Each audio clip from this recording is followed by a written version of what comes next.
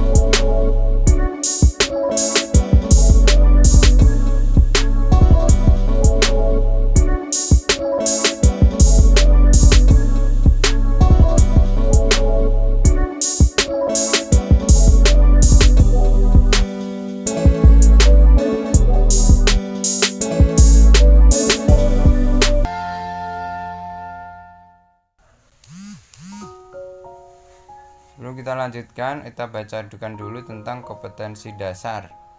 Ya. Yang pertama adalah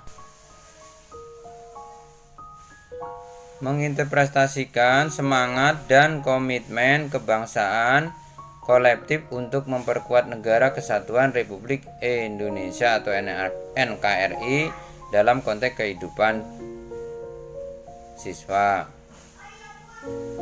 Kemudian indikatornya adalah semangat dan komitmen kebangsaan yang ditunjukkan pendiri negara.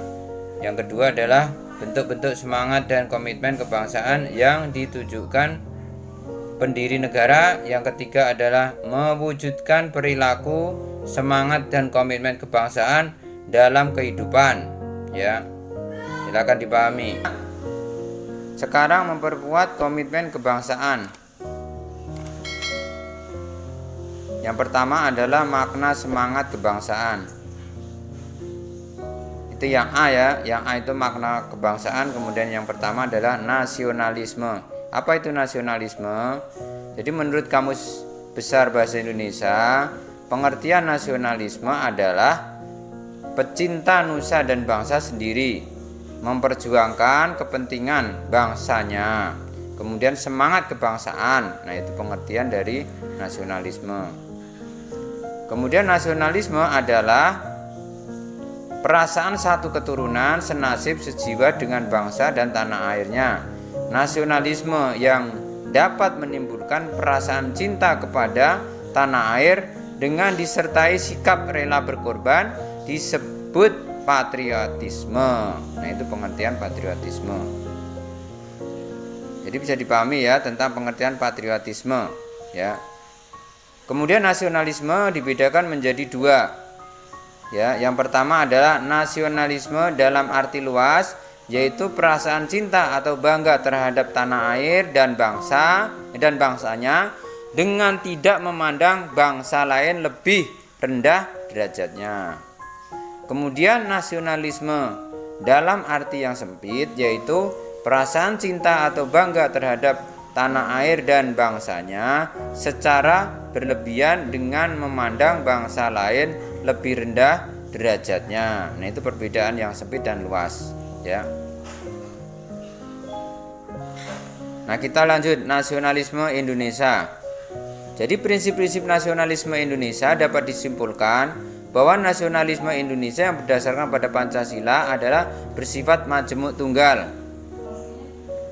Kemudian unsur-unsur nasionalisme bangsa Indonesia sebagai berikut. 1. Kesatuan sejarah. Jadi sejarah kita sama, kita sama-sama dijajah oleh Belanda, kemudian di Jepang, kemudian sama-sama kita berjuang untuk menjadi negara kesatuan Republik Indonesia dengan berjuang baik harta, jiwa ya. Nah, itu untuk memperjuangkan kemerdekaan. Kemudian yang kedua adalah kesamaan nasib. Ya, sama-sama dijajah. Ya, sama-sama ditindas oleh penjajah, kesamaan nasib.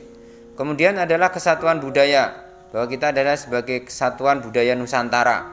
Jadi kita budayanya di Nusantara itu sama sebagai orang-orang timur yang punya adab dan peradaban yang baik. Kemudian kesatuan wilayah, yaitu wilayah Nusantara Indonesia. Kemudian kesatuan asas kerohanian. Nah, itu silakan diingat ya. Jadi ada 5 unsur-unsur nasionalisme. Sekarang kita lanjutkan nilai-nilai yang terkandung dalam nasionalisme. Ya, yang pertama adalah menempatkan kepentingan bangsa dan negara di atas kepentingan pribadi dan golongan. Jadi negara dan bangsa dan negara itu harus di atas kepentingan pribadi dan golongan. Jadi jangan sampai memperkaya diri sendiri, kemudian memperkaya golongannya atau memperkaya partainya. Nah, itu tidak boleh. Kita harus mengedepankan kepada kepentingan bangsa dan negara. Kemudian yang kedua adalah sanggup dan atau rela berkorban untuk bangsa dan negara. Kemudian yang ketiga adalah mencintai tanah air dan bangsa. Ya, kemudian yang keempat adalah bangga berbangsa dan bernegara Indonesia. Ya, jadi kalau di luar negeri sebagai bangsa Indonesia kita harus merasa bangga bahwa kita sebagai bangsa Indonesia. Kemudian yang kelima, menjunjung tinggi persatuan dan kesatuan berdasarkan prinsip Bhinneka Tunggal Ika. Ya, jadi persatuan dan kesatuan itu adalah nomor 1. Dalam prinsip Bhinneka Tunggal Ika, berbeda-beda tetapi tetap satu juga.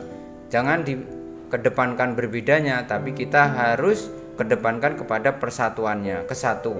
Ya, walaupun kita berbeda suku, berbeda golongan, berbeda agama, tapi kita harus tetap satu, menjaga kesatuan dan persatuan. Kemudian memajukan pergaulan untuk meningkatkan persatuan bangsa dan negara. Sampai di sini bisa dipahami ya anak-anak ya.